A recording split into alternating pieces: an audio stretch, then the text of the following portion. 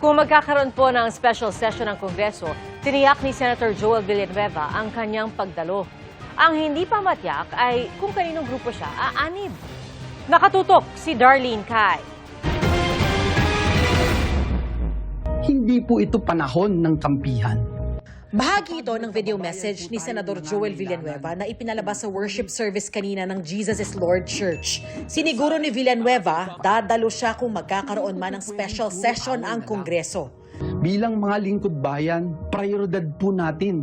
Dapat ang siguruhin na patuloy na nagtatrabaho ang bawat isa sa atin, lalo na ang Senado, para po sa ating mga kababayan. Sa pagkakataon po na magkaroon ng special session, tutuparin po natin ang ating sagradong tungkulin sa ilalim ng ating saligang batas. We will be there. Kabilang si Villanueva sa mga miyembro ng Cayetano Bloc na hindi na dumalo sa anumang sesyon ng Senado mula nang arestuhin si Senator Jinggoy Estrada noong June 1. Nakasinediye adjournment ang Kongreso, pero nais ng bagong Senate majority na magsagawa ng special session kung hihilingin din ng Malacanang, lalo't may mga panukalang batas na kailangang maipasa. Ayon kay Villanueva, naiipit din ang mga empleyado ng Senado. The Senate staff should not be caught in the middle of this political fight.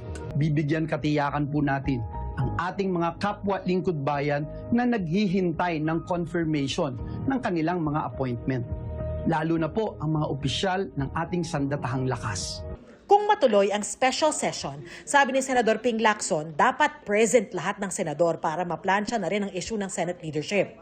Hindi niya masabi kung aanib sa mayorya si Villanueva. I appreciate and I admire yung attitude ni Senator Joel na kinoconsider niyang sagradong duty yung pag-attend ng special session. I just hope na yung ibang kasama niya sa block ni Alan Peter Cayetano, ganun din ang attitude. Hindi naman natin alam kung magpa-participate siya o sasama siya sa pagboto pag-elect ng Senate President.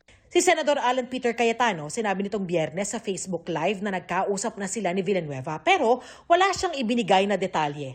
Nag-heart-to-heart kami ni Brother Joel, and even if I know the cost, it's not something you can feel unless ikaw talaga. Sakaling matuloy ang special session at magkabotohan para sa bagong Senate President, handa kaya ang Gatchalian Bloc sa senaryo na ginawa noon ni Cayetano sa Kamara?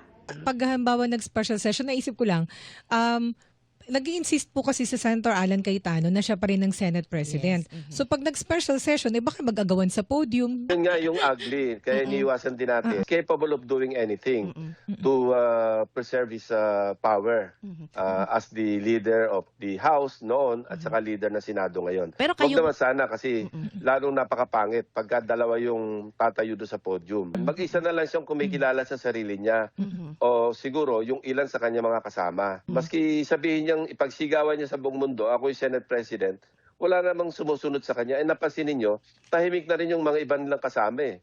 Yung mga dating maiingay din na kasabay niya.